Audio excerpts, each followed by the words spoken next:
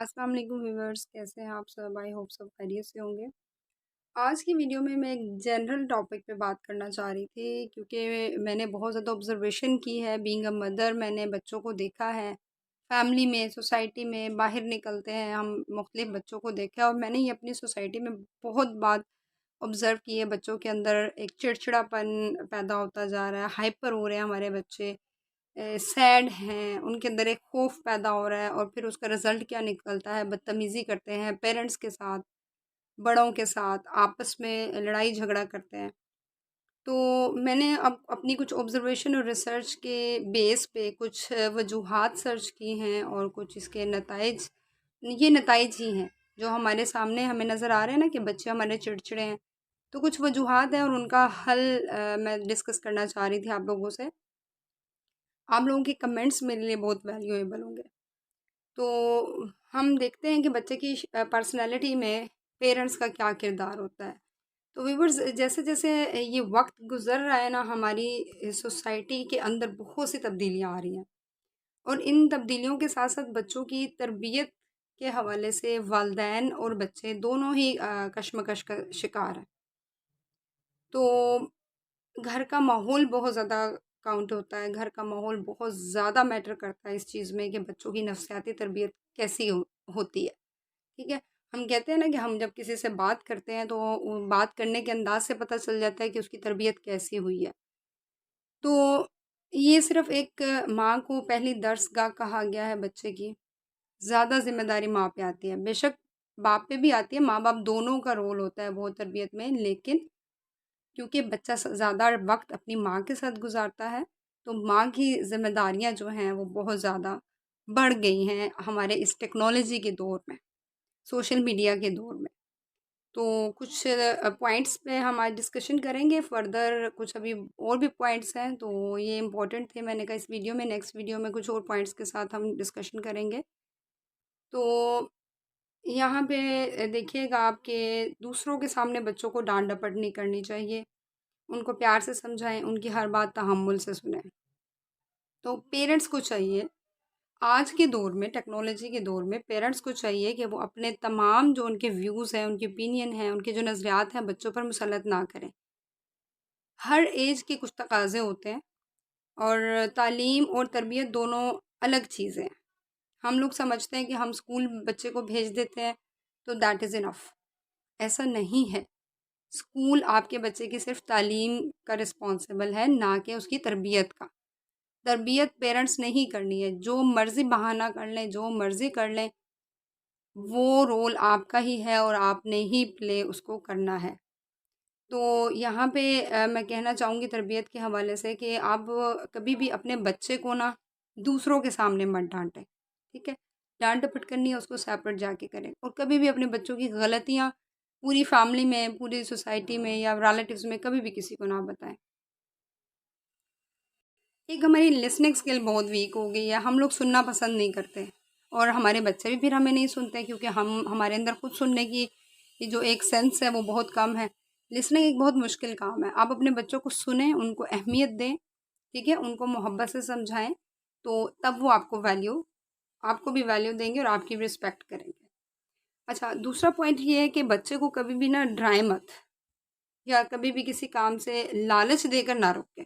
आपने किसी काम से रोकना है, आमतौर पे हमारी मदर्स ने डिफरेंट सोसाइटीज़ में डिफरेंट किस्म के डर खौफ पैदा किया हुआ है, नहीं जाना, भूत आ जाएगा, जिन आ जाएगा, चुड़ैल आ जाएगी, ये हो जाएगा, भाऊ है वहाँ पे, इस तरह के अजीब-अजीब से सेंटेंसेस हम लोग बच्चों के साथ बोलते हैं, तो ये हमें वक़्ती तौर पे बच्चे को ये उस वो काम करने से रोक देते हैं। लेकिन उनकी पर्सनैलिटी पे उसका असर क्या पड़ रहा है, उसके नताइज क्या होंगे कि आप सोच भी नहीं सकते कि किस किस्म के ख़तरनाक नताइज हो सकते हैं। आपने वक़्ती तौर पे उसको रोक दिया, तो आप रिलैक्स हो गए कि बच्चा रुक गया, डर गया। लेकिन वो डरना शुरू हो जाएगा, उसके अंदर सेल्फ कॉन्फिडेंस की कमी आना शुरू हो जाएगी, बच्चे बच्चे के अंदर एक वो खुद मुख्तार नहीं हो पाएगा, ठीक है? तो वो बड़ा होके भी ऐसे ही डरा सहमा, जबकि हमें बच्चों को बहादुर बनाना चाहिए, ठीक है? लालच का ये है कि आप उसको लालच देते हैं किसी बात का, लालच देके कि अगर आप ऐसा करोगे, तो मैं आपको ये चीज़ नहीं दूँगी। तो अगर वो बच्चा घर से बाहर ही इस तरह का कर रहा है, जब वो बड़ा होगा, आहिस्ता-आहिस्ता उसको ये हैबिट बन जाएगी कि मुझे मैं गलत काम करूँगा तो मुझे वो चीज़ मिल जाएगी, और वो चीज़ लेने के लालच में ना बच्चा बार बार वो गलत काम करने की अटेम्प्ट करने की कोशिश करे, और वो उसकी हैबिट बन जाएगी। जब वो बाहर जाके ये अमल दोहराएगा तो वहाँ तो उसको कोई लालच देने वाला नहीं होगा ना। तो ये बच्चे को खुदा के लिए उसके साथ दुश्मनी ना करें, तो उसको समझें और उनको डराएं मत। ठीक है। उसके बाद रोक टोक की बजाय खुद अमल कीजिए। हम बच्चे को कहते हैं नमाज पढ़ो, जबकि हम खुद नहीं पढ़ते। हम बच्चे को कहते हैं हमेशा सच बोलो, हम खुद नहीं बोलते। हम चाहते हैं बच्चों के अंदर बुक्स रीडिंग की एक हैबिट डेवलप हो, क्या हम खुद बुक रीडिंग कर रहे हैं? हम बच्चे को कहते हैं मोबाइल इस्तेमाल ना करो, तो क्या हम खुद मोबाइल से रुकते हैं? नहीं।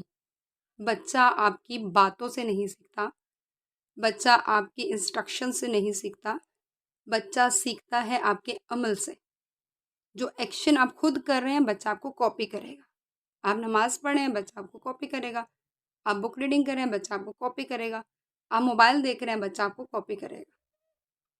तो कोशिश करें कि अपनी पर्सनैलिटी के अंदर चेंज लेकर आएँ। अगर अभी तक आपकी पर्सनैलिटी में पॉजिटिव चीज़ें नहीं आई हैं तो, और आप लाना भी नहीं चाह रहे, तो भूल जाएंगे आपकी अगली जनरेशन के अंदर वो चीज़ें डेवलप होंगी। तो गौर कीजिएगा इस बात पे। अच्छा, हमारे यहाँ एक मैंने नोट किया बात, छोटे बच्चे हाथ उठाते हैं। बच्चा जब चलना फिरना शुरू हो जाता है, 1 साल से 2 साल, 2.5 साल, 3 साल, ठीक है। एक बहुत छोटा बच्चा चलना फिरना शुरू, अभी ठीक से बोलता नहीं है, ये उम्र बच्चे की होती है तकरीबन 1 साल से लेकर 2 साल तक, यानी कि जो दूसरा साल होता है उसकी ज़िंदगी का, उसमें क्योंकि वो ठीक से बोल नहीं पाता, ठीक से वो भाग दौड़ नहीं कर पाता, इंडिपेंडेंटली वो कुछ कर नहीं पाता। तो उसमें वो क्या करता है, वो अपनी तवज्जो हासिल करने के लिए हाथ से पहले इशारे करता है, फिर भी उसकी बात नहीं सुनता कोई, तो वो ज़िद हो के हाथ ज़ोर ज़ोर से मतलब बैक पे या कहीं भी टैप करना शुरू हो जाता है, ज़्यादा ज़ोर से मारना शुरू हो जाता है। तो इसका ये एक आम सा अमल है बच्चे का, एक एक कॉमन सा एक्शन है उसका। तो इसका हरगिज़ ये मतलब नहीं है कि वो आपको मार रहा है बच्चा, ठीक है? क्योंकि वो ज़ाहिर है ठीक से बोल नहीं पा रहा, चल फिर नहीं पा रहा ठीक से, अपनी बात समझा नहीं सकता है क्योंकि अभी उसकी लैंग्वेज स्किल जो है वो डेवलप नहीं हुई। और जब वो फिर बहुत ज़्यादा ज़िद हो जाते हैं ना, तो तब वो हाथ उठाते हैं। सिर्फ़ उन्हें अटेंशन चाहिए होती है, उन्हें तवज्जो चाहिए होती है। तो इन बातों को ज़रा गौर कीजिएगा, गौर कीजिएगा, और अगर आप भी उन पे दोबारा से हाथ उठाएँगे ना बदले में, तो फिर वो बच्चा ज़िद्दी भी होगा, और मज़ीद मतलब वो ये नहीं कर पा रहा, मतलब वो समझ नहीं पाएगा कि मैं तो अटेंशन लेना चाह रहा था। बच्चे के लेवल पे जाके सोचना चाहिए ना, कि मैं अटेंशन लेना चाह रहा था लेकिन मुझे उल्टा मार पड़ गई है, तो वो और ज़्यादा चिड़चिड़ा होगा, और ज़्यादा ज़िद्दी होगा, गुस्सा, मतलब वो आपसे एक्सपेक्ट नहीं कर रहा कि ऐसा रिएक्ट करेगी उसकी मदर। वो एक्सपेक्ट कर रहा होता है कि मेरी बात सुनेंगी, प्यार से मेरी बात सुनेंगी, मुझे समझेंगी। जब वो उसके बिल्कुल ऑपोज़िट होगा, तो बच्चे के अंदर ये सारी ख़राबियाँ जो हैं वो पैदा होना शुरू हो जाएँगी। तो गौर कीजिएगा इन सारी बातों पे, ऑब्ज़र्व कीजिएगा अपने इर्द-गिर्द के, क्या वाक़ई हमारे माहौल में ऐसा हो रहा है? यकीनन हो रहा है, और प्लीज़ इसको कंट्रोल करने की कोशिश कीजिएगा, और अपने घर के माहौल को अच्छा बनाने की कोशिश कीजिएगा।